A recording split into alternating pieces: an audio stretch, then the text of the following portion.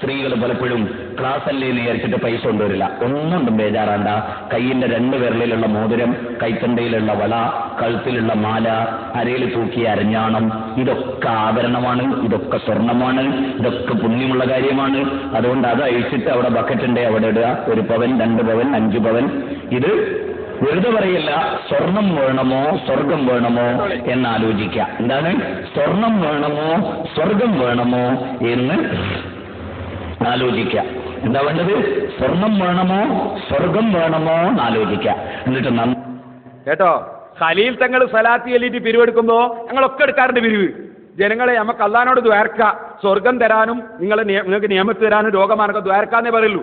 ഇവർ ഓഫറാ. മൗലവി പറയാ സ്വർഗം വേണോ സ്വർണം വേണോ? മൂപ്പരെ ഏൽപ്പിച്ചതിന് കൊടുക്കാനേ. സ്വർഗം കൊടുക്കാൻ ഏൽപ്പിച്ച മൗലവി സ്വർഗം വേണോ സ്വർണം വേണോ?